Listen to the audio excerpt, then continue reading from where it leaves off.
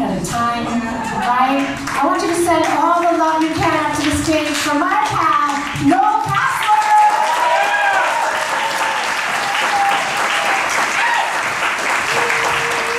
All right, back to the studio, everybody. How you doing? You guys are a good-looking crowd. All right, I appreciate it. How are you guys? Good to see you. Everybody doing well?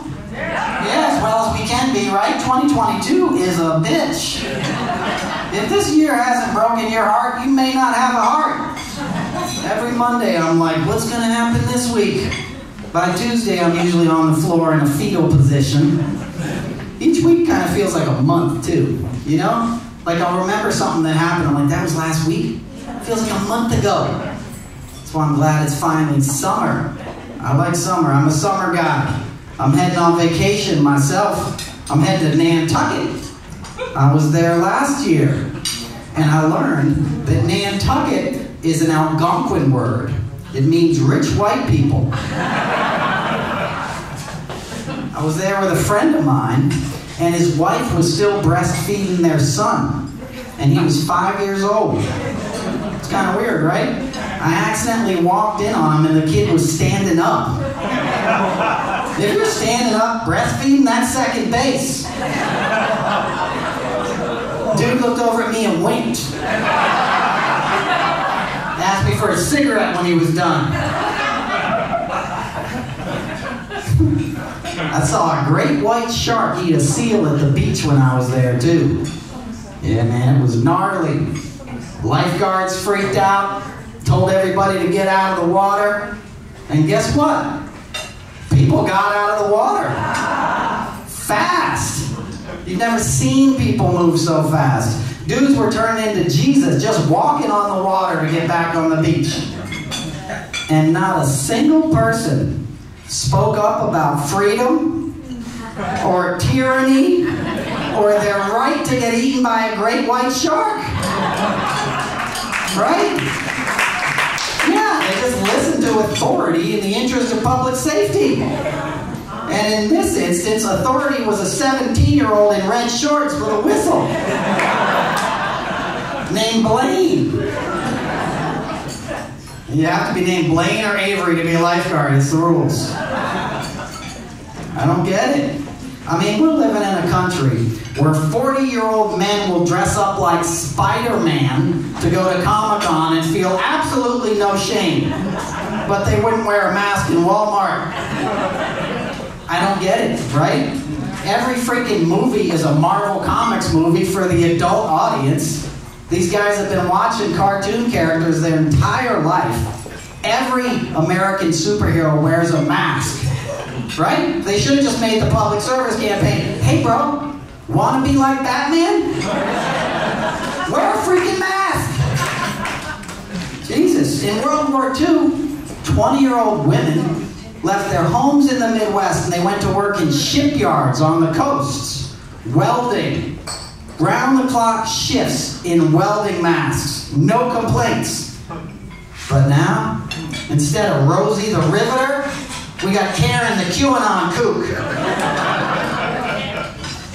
Dudes sitting around mom's basement all day playing video games, pretending to be warriors. Wouldn't step up when it counted. Right? It's called PlayStation for a reason, bro. You're 50 years old. If you played Call of Duty in the last couple of years and didn't wear a mask, you missed your real life Call of Duty. GameStop should be called, dude, just stop. And if you've ever eaten a McRib sandwich with Carefree Bandit, I don't want to hear you're not taking a vaccine because of side effects. All of a sudden, Captain Hot Pockets is worried about what he puts in his body.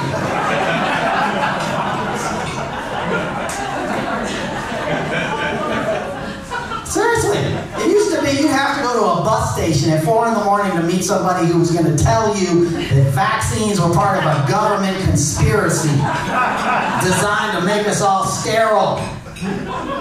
Now you just log on to Facebook, find out your old high school wrestling coach is a QTuber. Dudes wouldn't get vaccinated because they were afraid of needles. Yet they'll spend 6 hours in a tattoo parlor letting some dude named Meat draw on their neck. All these folks saying, unmask our kids. I've seen some of your kids.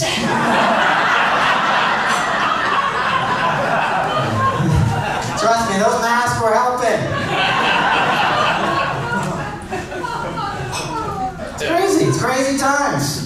We got hearings starting on Thursday night, right? Thank God. Hallelujah. Does anybody have a favorite insurrectionist they're hoping to hear from? You following anybody you like in this season? I'm into Marjorie Three Toes myself. They call her Sportfoot. Right?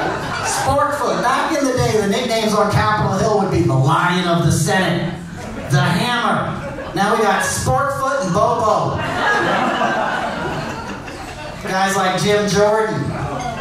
Oh, that's right. Dude hasn't written a piece of legislation in 16 years. Authored no bills. He's there to be a disruptor. That's what they're there for. Right? And they fight so hard to keep these jobs. Why are you fighting so hard to keep a job you don't even want to do in the first place? Right? Amen is right, sir. Voter suppression, voter disenfranchisement, gerrymandering. Gerrymandering sounds like something you pay extra for in a massage parlor. Hey, go easy on me. I've never been gerrymandered before. I had a hanging Chad once in Florida, but it was a long time ago. I was in college. Experimenting. Not that there's anything wrong with it. That word just sounds sexual to me. It's like lollygagging. Hey, don't be a lollygagger. What? Excuse me? I will lollygag anybody I want. As long as they're consenting. I don't know why I just said that. I just thought of that. That's most of this stuff. But these guys, like, look, water. They made water illegal in Georgia if you're standing in line to vote. They literally made it illegal to hand out water. If you have to make water illegal to keep a job that's supposed to be about helping people, it might be time to step aside. Right?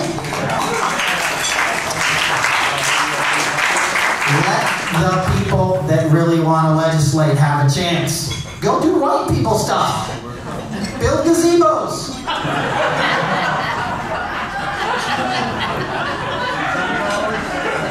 Coach lacrosse. Buy a kayak. You'll never see the people they demonize in a kayak. You want to know why? Because they're busy working. They're doing it right now on Fox News every night. Kimberly Guilfoyle just tweeted out today, the caravans are coming. 15,000 strong, the caravan's coming. It's an invasion. That's not an invasion. Those are men and women looking for work and a safe place to raise their kids. Right? Thank you. Newsflash, if somebody's willing to walk 1,000 miles across a desert for a job, that's the kind of person you want to hire. Right? How'd you get here today, man? You take the subway? Nope, I walked. From Guatemala. You're hired. Trump can't walk 30 feet without using a golf cart. It's true.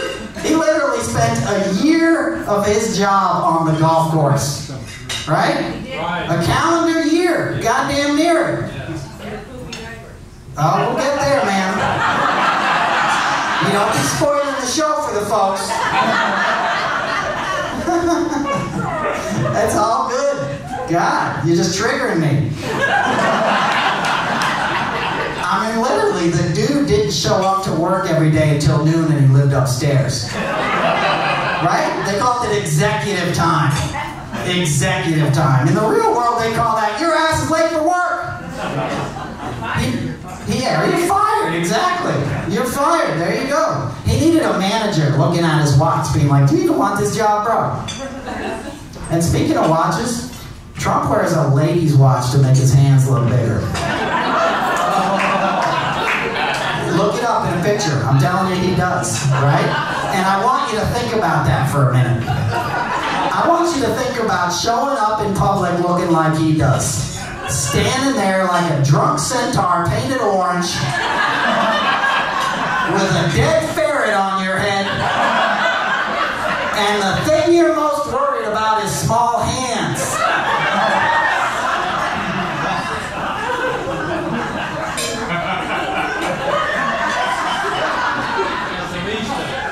He just said last week he was doing a rally. He goes, the teachers have to stop teaching transgender to our children. What does he think transgender is? Like algebra or something? Like, he doesn't even understand. And fuck him anyway. Sorry, that's the only time I'm going to say. I have never seen anything braver. A friend of mine transitioned a few years ago, okay? And I sat with my friend the night before they were going to go back into their office that they worked in 20 years as a man, and they were going to walk in there as a woman. It was the bravest thing I've ever seen. It made me a better person that he would let me into his universe to experience that. It's pure bravery. Why wouldn't you want that in the armed services? If I'm in the Army, I want somebody who has the courage to live their truth. In this climate, be like, what? You came out of high school? I'm following you out of this gunfight, son, you know, or ma'am, or whatever it is, you know what I mean? That takes balls. No pun intended, I'm just saying. I don't get it. My mom's a lesbian. You know, I grew up around that stuff in a time where it wasn't so common, you know? And the fact that these guys are attacking it these days, it drives me nuts. It really does, because it's love, and that's what we need in this world. Love, man. Love is the solution. Thank you. Thank you. Anyway, I'm not trying to proselytize. It just, you know, we're in Pride Month, good for it. You know what I mean? I am who I am because of the love of gay men and women, so all power to the LGBTQ community. We gotta fight hate and fear. We got no room for fear.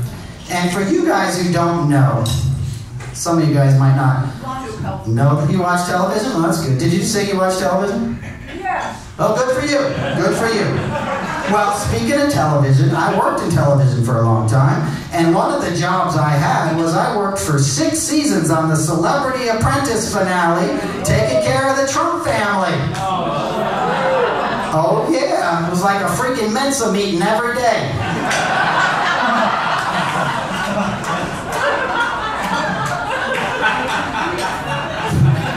Don Jr., Eric Trump. Eric Trump blocked me on Twitter because I posted a picture of him and I said, sun's out, guns out.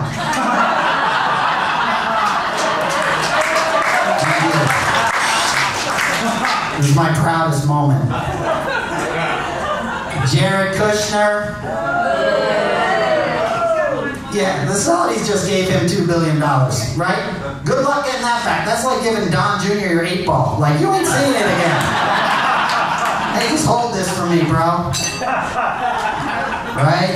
Ivanka, Vanky, I called her. Melania. You know, they like to tell you that she speaks 5 languages. What they don't tell you is it's the same 4 words in each one. Please pay me first. Oh, that's where we're going, guys. Hold on. Whenever I saw those Trump boys, all I could think was, why couldn't they turn out more like the Menendez brothers?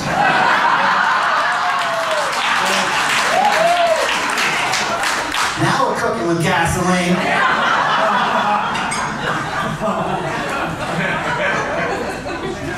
I did a bunch of those beauty pageants too with them in the 90s. That was a good idea, giving Donald J. Trump a beauty pageant. Miss Teen USA, are you kidding me? That's like giving Jeffrey Dahmer a cooking show. Hey, I'm sorry. I mean, can you imagine the first guy who heard that pitch at a network, right? Like, here's what we're going to do. We're going to find the hottest teenage girl in all 50 states. We're going to fly him to Atlantic City. We'll put him in a bikini. And we'll get some middle-aged men like Geraldo and Scott Baio to tell us which one they think is the winner. Then we'll put a crown on her. What could go wrong? And don't worry, this is all going to be under the auspices of Donald J. Trump. And somebody was like, yeah, let's greenlight that. That sounds like a really good thing to do. And a lot went wrong. Trump would line up the girls on the stage like they were pieces of meat.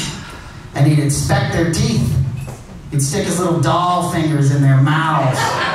He would, like they were horses or something. It's true. And he'd be like, you, if you want to win, I'm in the penthouse suite. Come and see me. Yep. If Trump had a cooking show, they call it the fake billionaire's diet. McDonald's chocolate cake and girls that look like Ivanka are all he ever eats. Oh, shit. I know.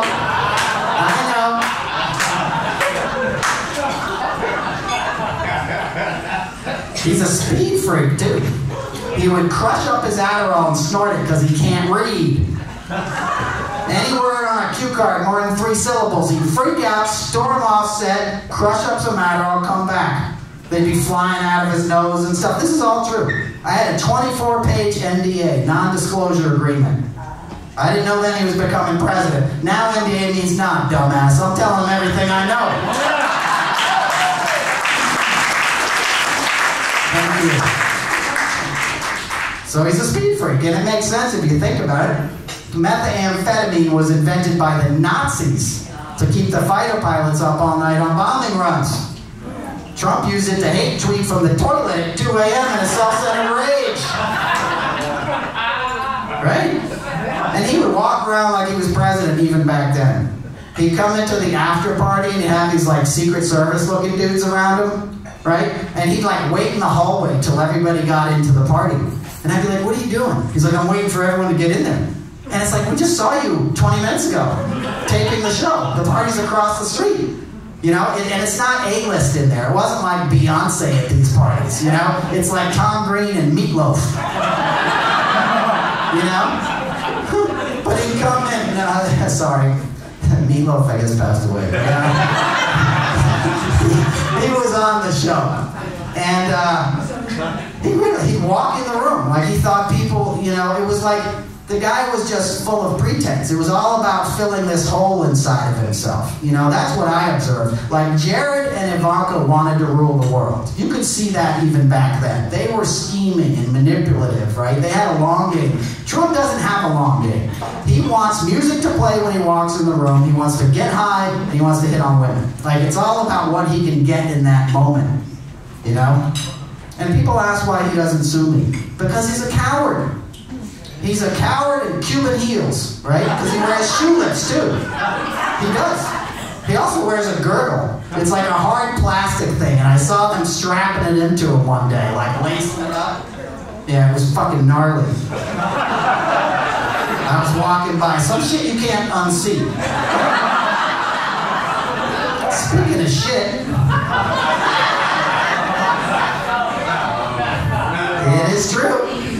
He is profoundly incontinent from all the stimulant abuse and the fast food. So he would evacuate himself right there in the fake boardroom. Yeah. The crew's nickname for Celebrity Apprentice was the Shit Show. Can you imagine being the boom operator and hearing that? Dude's eyes would be watering and stuff. We'd be like, cut! They'd bring him off set and clean him up. His security guy would do it. Keith Schiller, for any of you guys who know. Keith's nickname was Wet Wipes. I have PTSD from working on that show. Post-traumatic shit disorder. Trump was like the golden corral of politicians, right? A greasy buffet of salt and fat that you pay a high price for later. And he surrounded himself with the same type of people. That's what you saw in his administration, right? Some of these guys, Mike Pompeo, that guy, right? That guy negotiated a secret deal with the Taliban, and he didn't tell the Foreign Affairs Committee about it. He literally had a secret paragraph that he didn't share with Congress, because Trump was trying to win a Nobel Peace Prize. Like that would ever happen, right? But he sent Pompeo, like, go negotiate with the Taliban and don't tell anybody they're on the Hill. You know what I mean? I don't want them messing it up for me. What I think happened was, I think Trump offered to relocate the Taliban, right? And he said, hey, I'll move you guys to Texas. And they said, hell no, too many assholes with beers and guns for us.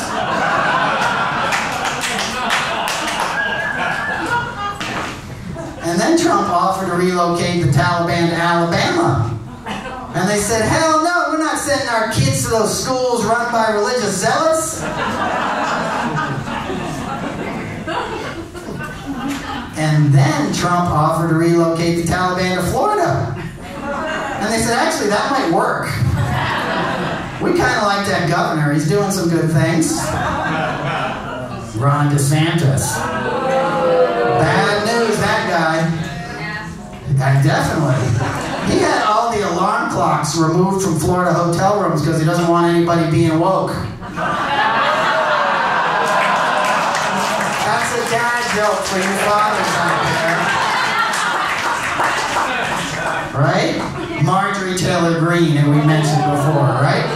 I feel like she missed her calling. I feel like the best job for her would have been bare-knuckle fighting behind a truck stop dumpster, getting paid in loose cigarettes and chicken wings. People just placing bets while she's beating up truck drivers. I'm taking the angry one, $20 on her. She ain't lost all night. Got 4 cigarettes. I'll raise you some beef jerky.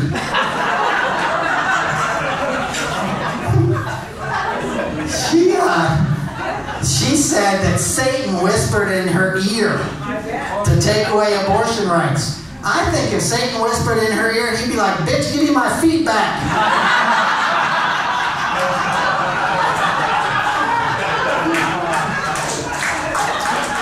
Thank you. That's so mean. You don't have to clap for it. Lauren Boebert. She just said, take your kids to church, not to drag clubs. Like, what? What, are you kidding me? Lauren Boebert's first date with her husband was at a bowling alley. She was 17, and her husband exposed himself to a bunch of underage girls. It's all true. It's all true, exactly. And he has a tattoo on his penis. You left that part out, sir. I think he only has 3 letters, though. It was LAU. He tried to write her name, and he ran out of room.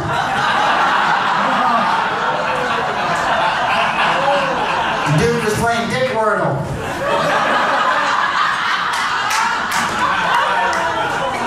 I'm going to have some of this nice water they put out for me. This totally easy to pour on stage thing. No, I'm good, man. Thank you. Man, so Lauren Boebert, all these guys, they're crazy. They're like extremists. That's what we have in this country now. You see it all the time. You see it with these guys in these giant pickup trucks. What the hell's the deal with that? You see that everywhere? Like, dude, what do you need the Ford F-150 Super Duty King Ranch Edition Ford for? You live in Parsippany and work in a bank. The only ranch you've ever seen is on a plate of chicken wings. You ever heard of climate change? You know, climate change used to be called global warming, but the oil companies thought it sounded too scary, so they changed it to climate change. And we kind of stopped paying attention, and now here we are. Dangerous, right? We got these hurricanes all the time every summer. Last summer we had 2 of them, right? And we didn't pay much attention, right? Like Hurricane Henri. That doesn't sound scary. Hurricane Henri. Like, you gonna bring me some croissants? Hurricane Ida. Oh, Ida's coming. All right, I like Ida. She makes that carrot cake. Right? You gotta change the name, right? Name them for who's causing them. Name them after the oil companies. Tell me ExxonMobil is coming to knock down Sunoco storm surge is coming next week. Did you hear? Cyclone Conoco is coming next week. Let's be honest with it, right? Because it's scary shit. We don't know how to deal with it. We got 2 seasons in New York now, right? It's winter and summer. There's no more spring, right? Spring used to be such a sweet, sublime season. But Mother Nature's pissed. She's like, you ain't getting it anymore. No, you ain't getting none until you treat me right. You're either going to freeze or burn. Right? It's crazy. It's like we're living in a horror movie, right? We all know what's going to happen, but like, well, I guess we all don't know, right? Because some of them are denying it. But it's kind of like, you know, you watch that horror movie and you see the teenage girl who hears the dog barking in the backyard, you know? She's like, I wonder why the dog's out there barking in the dark. I guess I'll put on my bikini and go out there and check, you know? And you're like, no, don't go. There's a monster out there. Like, we're all that teenage girl right now. It's just a question of admitting it. And we can change this. It's not like we don't have the technology. You know, a little more than 100 years ago, cutting-edge fuel technology was whale blubber.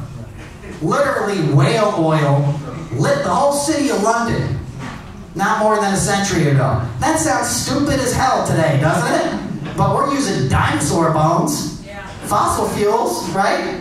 We can get energy from the sun, right? Why would you sail halfway around the world to throw a harpoon into Moby Dick? Right? That's what it was. You look at it now, you're like, that was stupid. Right? And we're going to do the same thing when we finally get past this stuff. Everybody gets all quiet when I talk about climate change, right? I get it. Oh, you don't? Okay, good. It's just scary stuff, you know?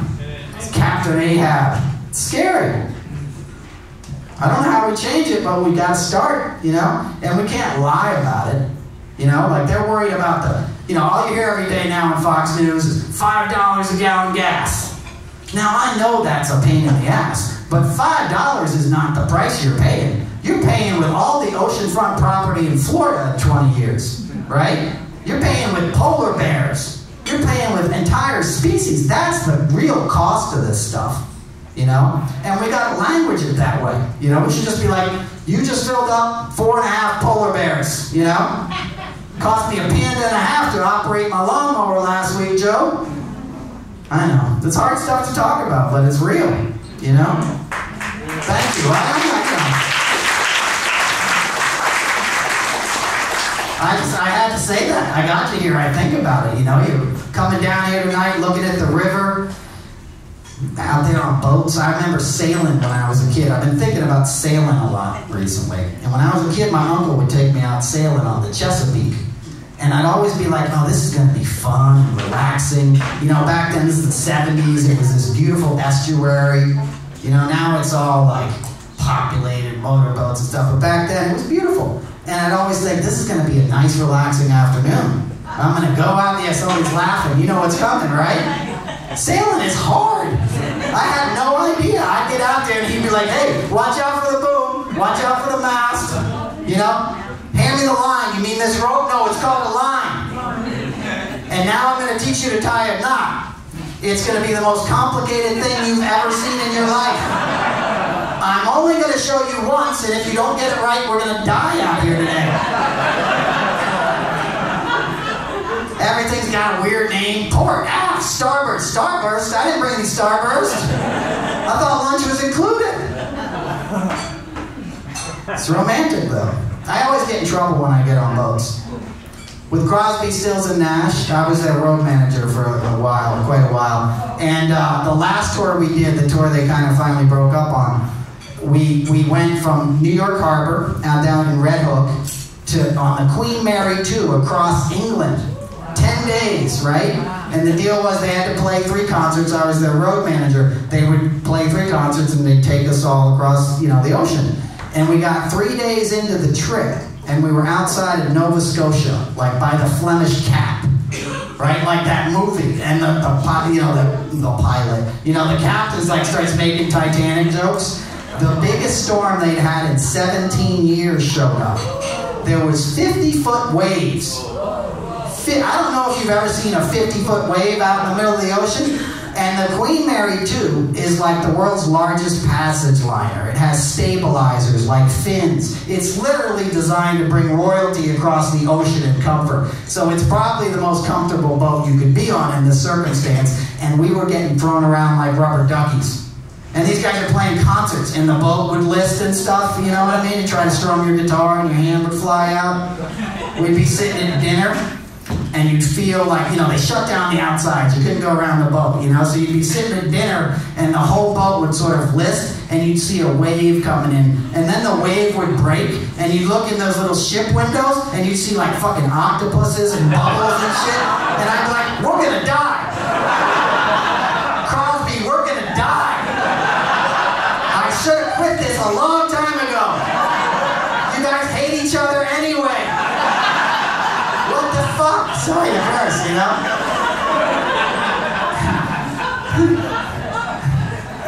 and Graham told me this story. He's like, every time I get on a boat with Crosby, man, something bad happens. I'm like, well, why the fuck didn't you tell me before we got on the boat?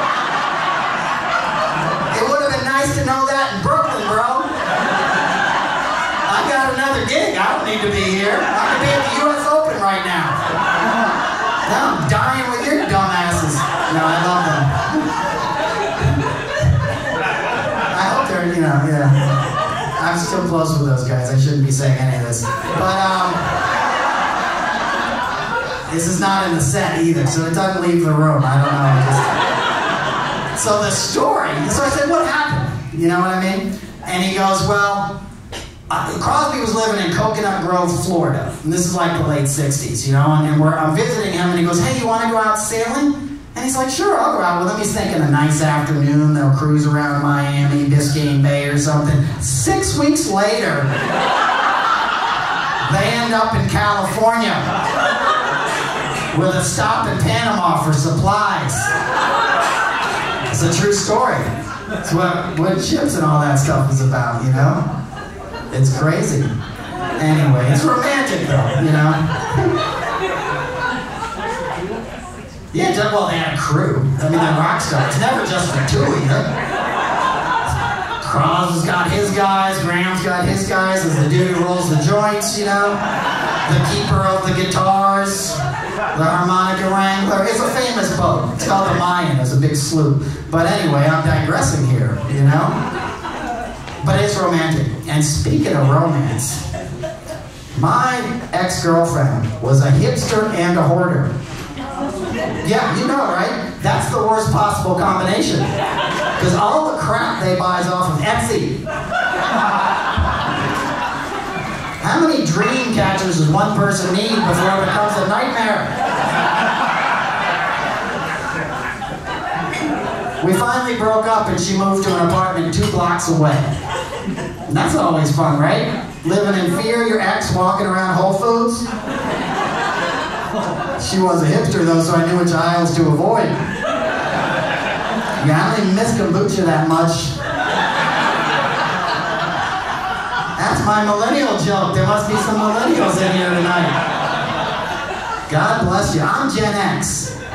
We had way better music. Thank you from the back. Hell yeah, Gen X.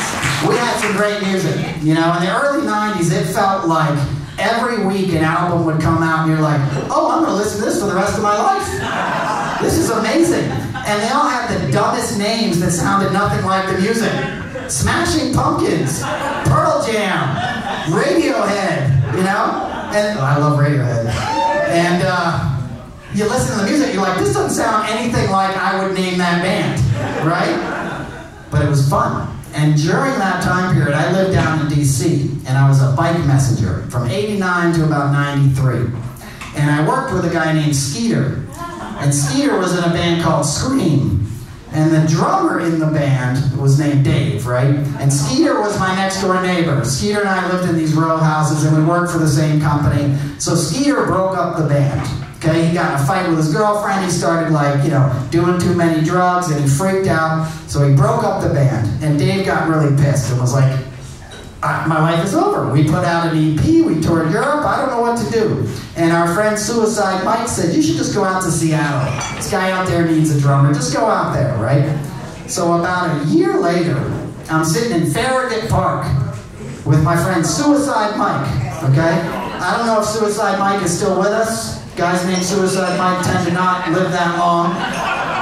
But on this day, Suicide Mike's there. So I'm sitting with Suicide Mike and Skeeter. And Suicide Mike goes, hey, Dave's back in town tonight with his new band. And I go, what are they called? And he goes, they're called Nirvana.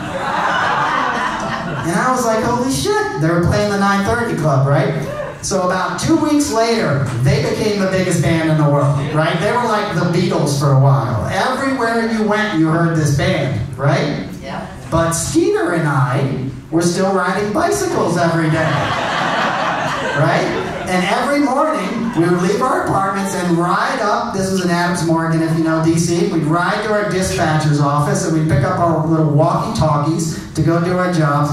And every morning, I would say, hey, Skeeter. And he'd go, what? I go, never mind.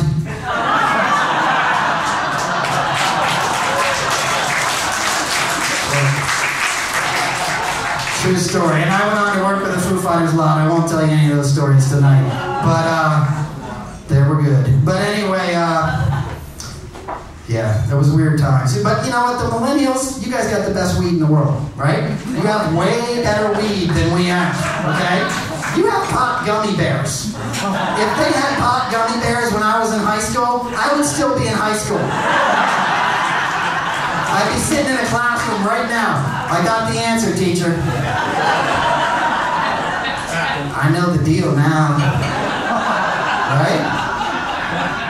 In my day, I'd walk around Washington Square Park half the night. I'd come home with a $50 bag of catnip. Anybody remember that? You get them on the cops, oh shit. You get home, it's catnip.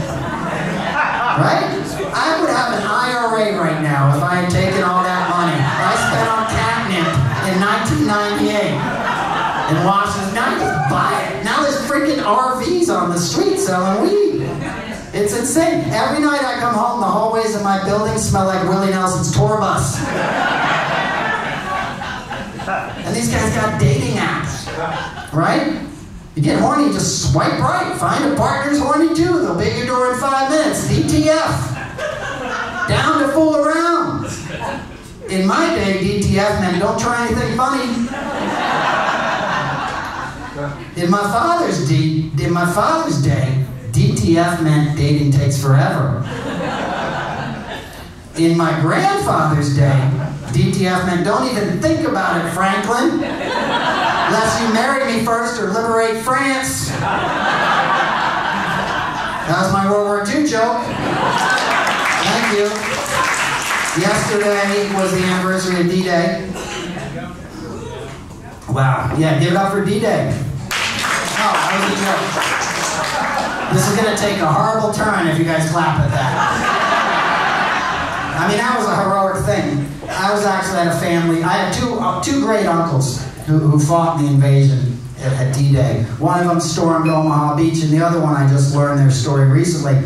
And he was in the Merchant Marines. And his job was to go in, and they were going to purposely sink the ships they were on to provide a breakwater for the troops, you know, to lessen the impact of the waves. And the plan was that he would tread water, and then somebody would come and rescue him. So they did that, but nobody rescued him. So he treaded water and watched the invasion on Normandy Beach. And he lived, but when he came home, he slept in a graveyard for a year with a horse. I know. It's a true story. Not what you normally hear in a comedy club. I just wanted to share it with you. Right? Because a lot of those stories don't always stay with us, you know? It's crazy stuff.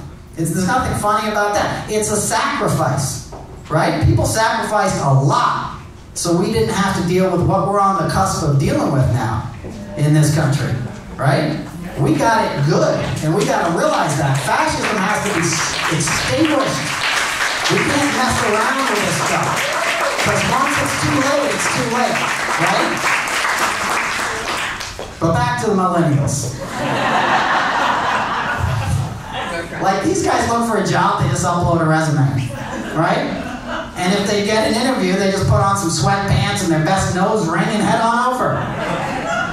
They can show up looking like the Unabomber on acid and get hired.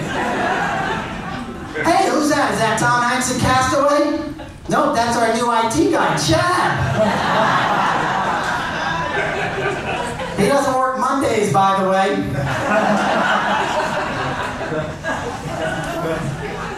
So work, I've had a lot of jobs, okay? I worked in live TV and the music business for about 25 years. I worked on the Super Bowl halftime shows. I worked on the Tony Awards, which are in rehearsal tonight. Did anybody make it? Some of my friends were gonna come. Okay, well, nobody watched the Tony Awards. Now, they're busy, they're working hard. I worked on, VMAs, all this kind of stuff. And it was fun, because it got me around the music. Like, even the crazy stuff with Crosby, Stills, and Nash was fun. Like, when I first started working with them, I rode on Stills' bus, okay? And people warned me, like, he's a little quirky, bro. There's a reason nobody else rides on this bus. But we got along great. But he would do these, like, weird things. Like, he'd send me a text, right? I was his road manager, so my job was to get him anything he needed, right? So I'd get a text in my hotel at like 2 in the morning and be like, I need 4 bananas, a pencil sharpener, and 1 brown loafer. I'm like, 1 brown loafer? Yeah, I lost a shoe. Like, which one? And they come in pairs, He would buy stuff, like we toured all over the country, and he would buy things. Like we'd be going through Iowa, and he'd be like, they have the best corn here. Let's go buy a bunch of corn. So he'd buy 1,000 ears of corn and like fill up the shower in the tour bus with ears of corn.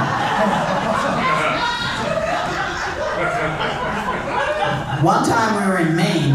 He lives in LA, right? He's like, my wife loves lobster. Let's get a bunch of fresh lobsters and bring them back to LA. Okay. Lobsters do not survive transcontinental journeys. Okay? But the smell will live in that bus forever.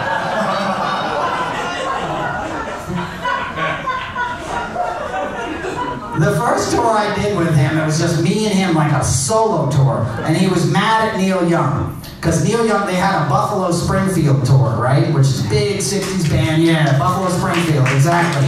So they had this reunion, this is like 10 years ago, right? They played, Bonnaroo and all these places. And Stills was psyched, got a big advance, spent it, figured he'd go out on tour. 7 shows in, Neil's like, I'm bored, I'm gonna go home now. Stills was screwed. So we had to put together a tour that played great venues like this, like City Winery and stuff and small clubs, but it wasn't playing the arenas he had planned on and budgeted for, you know what I mean? So he was really mad at Neil Young. So every night he'd walk on stage and he'd go, this is called the Fuck Neil Young Tour. And I ran a teleprompter for him. I probably shouldn't tell you he uses a teleprompter, but if you wrote most of your songs 50 years ago when you were high, you would use a teleprompter too. Okay? So I'm over here at the teleprompter and I'd be like, no dude, because YouTube had just been invented. This is just when people had camera phones. So he'd be like, fuck Neil Young. And I'd be like, no, YouTube. He'd be like, yeah, fuck you too. YouTube. Yeah, fuck you too.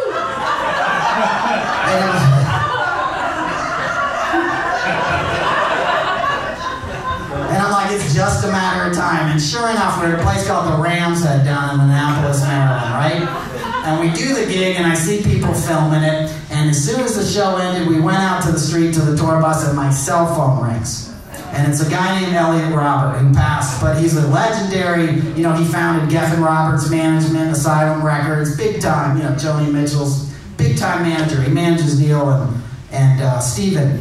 So my phone rings, it's Elliot. He goes, Noel, hand your phone to Steven. I have Neil on the other line. And I'm like, oh shit, and I hand him the phone and I just hear Neil's voice kind of chewing him out and Steven kind of goes white. And all I could think was, he's going to use up all my minutes. Right? It's weird the stuff you think about in the moment, And I'm like, hey, that's pretty cool. Neil Young's like cursing out Stephen Stills on my flip phone, I was just like, I don't have a plan for that.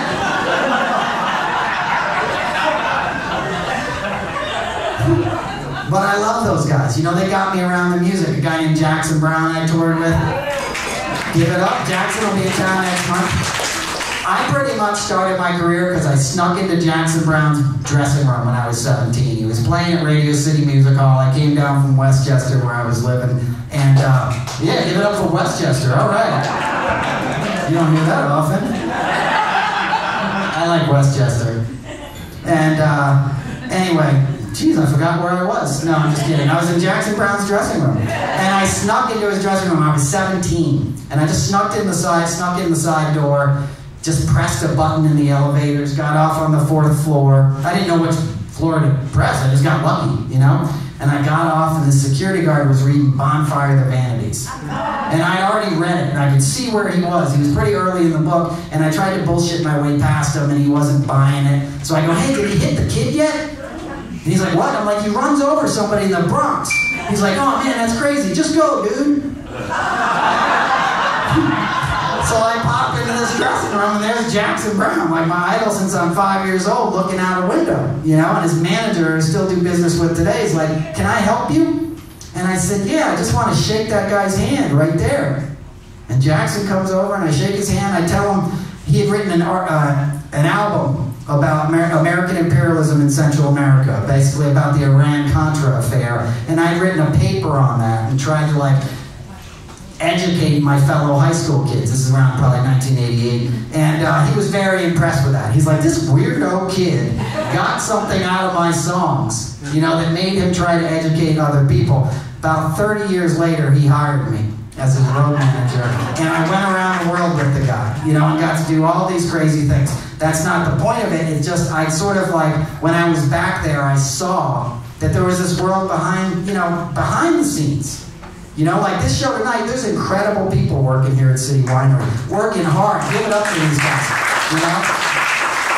Guys you'll never meet, you know, but I was like, I could get in that world, you know, so I sort of like, you know, kept my mind and spirit focused on that, and I ended up, you know, I went down to DC, as I said, and when I gave up being a bike messenger, I was living with 2 lesbians and a pot-bellied pig in an old farmhouse in Burtonsville, Maryland. A haunted house, okay? Which is not how people traditionally break into show business, okay? But I worked at a barbecue restaurant, all right?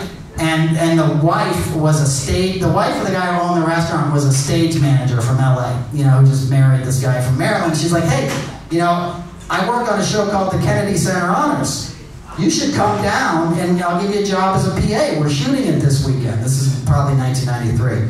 So I was like, all right, I don't know what a PA is, but I'll come down and do that. Like, it's showbiz. She's like, you like acting, you like music, you love this shit, trust me, you know? So I go down there. I show up for my first day, I'm backstage, and this stage manager walks up to me and hands me a French horn. And she goes, here, hold this and go stand on that stage over there. This is the Washington Opera House at the Kennedy Center, right? So I'm like, okay. I grab the French horn, I go stand on the stage, I don't know what's gonna happen, right? And all of a sudden, Billy Preston came out from stage left, playing a B3 organ. And I'm like, oh my God. And then the Washington Gospel Choir filled in behind me, right? And then Aretha Franklin came out from the right, from stage right. They were paying tribute to Marian Anderson, who's a great African-American gospel singer. So give it up for Marian Anderson. There you go. Y'all don't know who that is. Give it up. So anyway, I'm like, this is crazy. You know what I mean? And I'm standing there, I'm holding this French horn, because they were doing camera blocking. You know, they didn't have the actual, like, orchestra, but they were playing it live. And they did a run-through with this song, and I'm like, this is crazy. Like, I'm standing here hearing this, right? And then at the end, the director goes, hey, you know what, Aretha? I wasn't really feeling that. Could you try it one more time, maybe put a little passion into it? And I was like, oh my God. Old white guy just told Aretha Franklin she didn't have enough soul, you know? Like, that's crazy, you know? This is gonna be good, you know? And she was kind of like, you could see she didn't take it well, but she was like, okay. So they go, places, you know, everybody goes back to the top, she goes back off stage. This time, when she comes out, it's as if she's reaching up into the heavens and pulling down the musical notes like they're lightning bolts and just throwing them on people. You know, just like bam, bam, bam. The director's crying, the cameraman's crying, I'm holding the French horn upside down with goosebumps. Like, I can't believe this. This is insane. And when she finished, she just looked at the guy and she was like, and and walked off like the fucking queen that she was.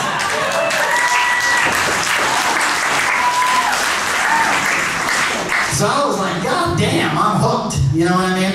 And I ended up working with her like long, many years later. I used to do the US Open, and she sang the anthem one year, and she was like, you're the Goose Pimple Kid. Because I told her the story, and it was the reason I got into show business. Because I was like, I can be a fly on the wall for this. This job will let me see this stuff and learn about the arts. Because I didn't know what my path was going to be back then, but I knew I wanted to be a part of it. Because I was like, this is the greatest show in town.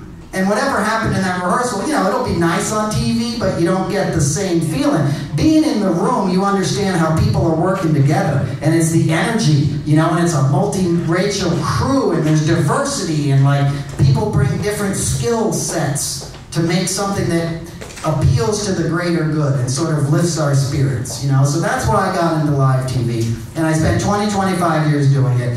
The apex of that experience was I got to work on both of President Obama's inaugurations. Hell yeah.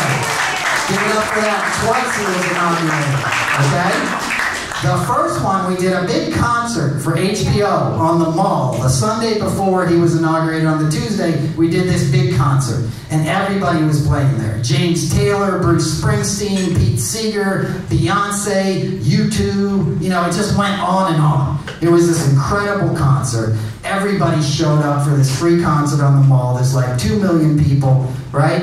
And I'm like, this is crazy, Barack Obama, President-elect Obama at the time. We're not close, I don't know why I just said Barack Obama. He's sitting, President-elect Obama sitting behind me, with his beautiful family, right there, right at the Lincoln Memorial, sitting there, right? And I'm standing on the steps. It's like 10 degrees out, but the energy was palpable. There was so much love, And I look next to me and I see that Sharon Stone is standing right next to me.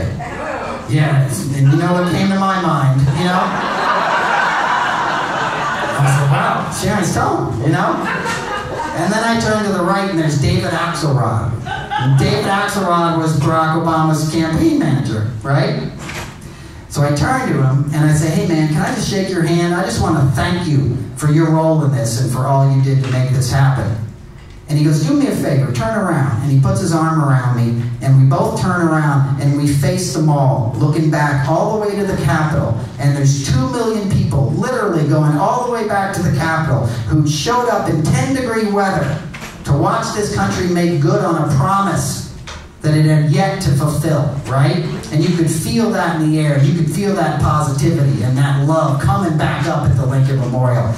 And he looks at me, he looks at them, he goes, I didn't do it, they did. And I was like, oh my God.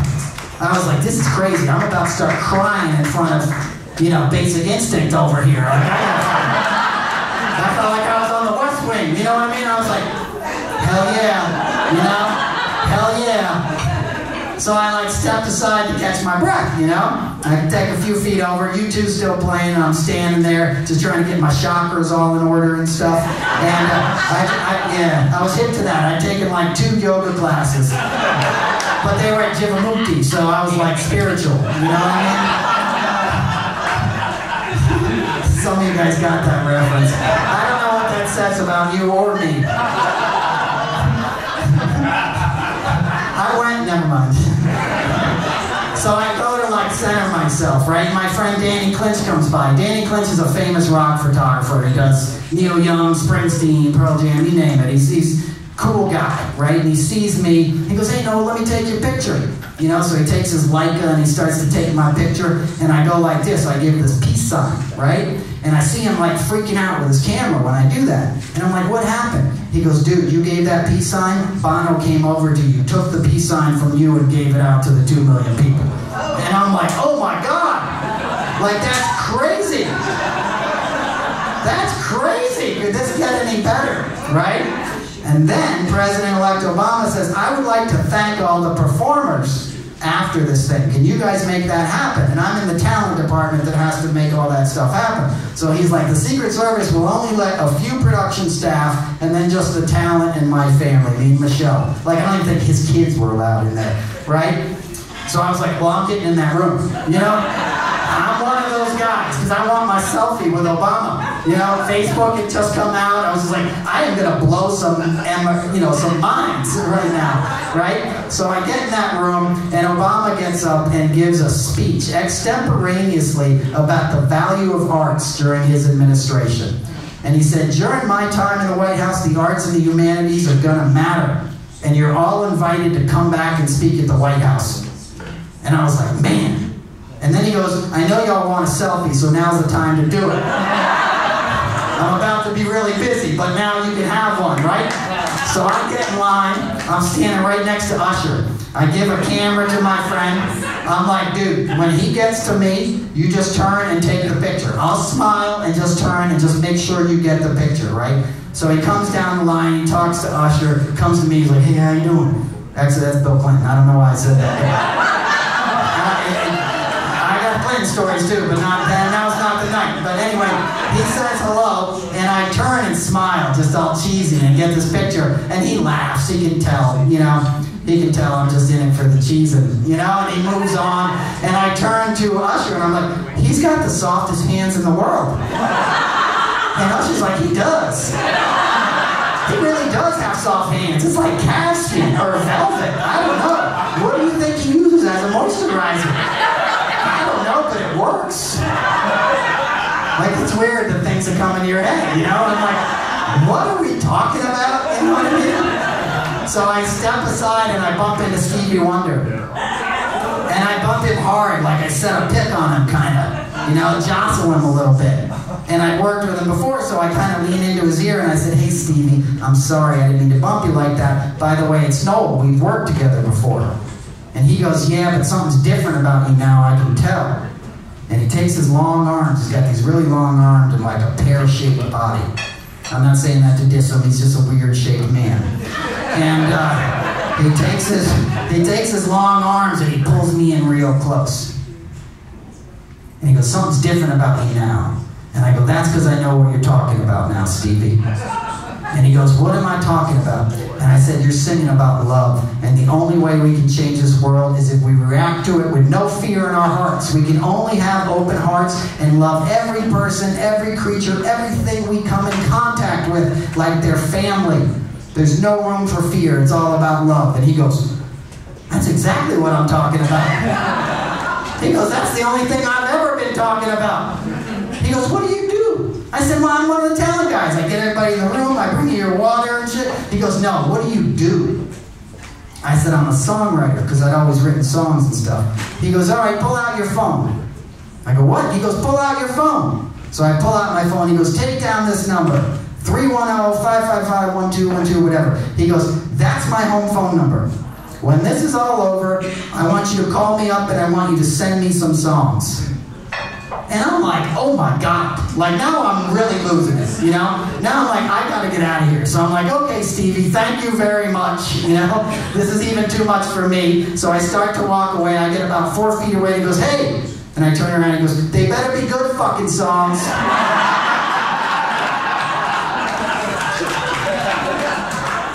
What kind of songs do you have to send to Stevie Wonder, right? You know, I go back home, I'm like, I don't have anything to fucking send him, you know? And the very next day, or the Tuesday, he was also booked, right? And the Tuesday, he was rehearsing. We did it at the convention center, and he was late, you know? So my boss was like, no, you gotta go wait outside for Stevie Wonder. He hasn't gotten in the car we sent for him. Like, just go out there in case something's wrong. Keep checking in with dispatch and stuff. So I'm standing out there. It's still like 10 degrees, right? But the spirit in DC was palpable. You know, and I'm standing there, I'm checking in with dispatch. I'm like, did he get in the car? They're like, nope. And all of a sudden a van pulls up across the street, like a white carpenter's van or something, right? And I see Stevie Wonder getting out of the passenger seat. And I run over to the driver, I'm like, what's going on? He goes, I don't know, I was stopped at a light and Stevie Wonder got in my passenger seat.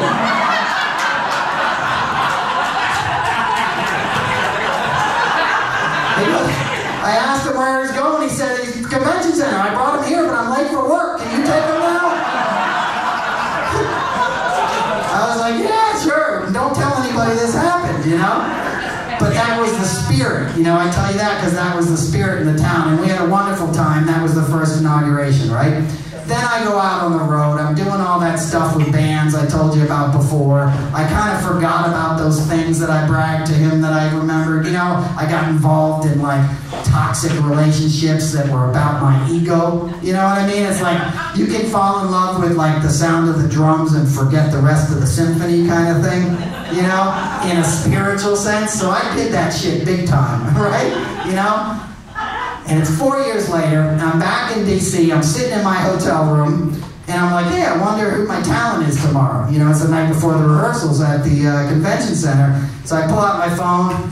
At this juncture, now you get emails on your phone. Like, you couldn't even do that the first time, right? Pull out my iPhone or whatever, and I look at the call list, and the first talent I have in the morning is Stevie Wonder.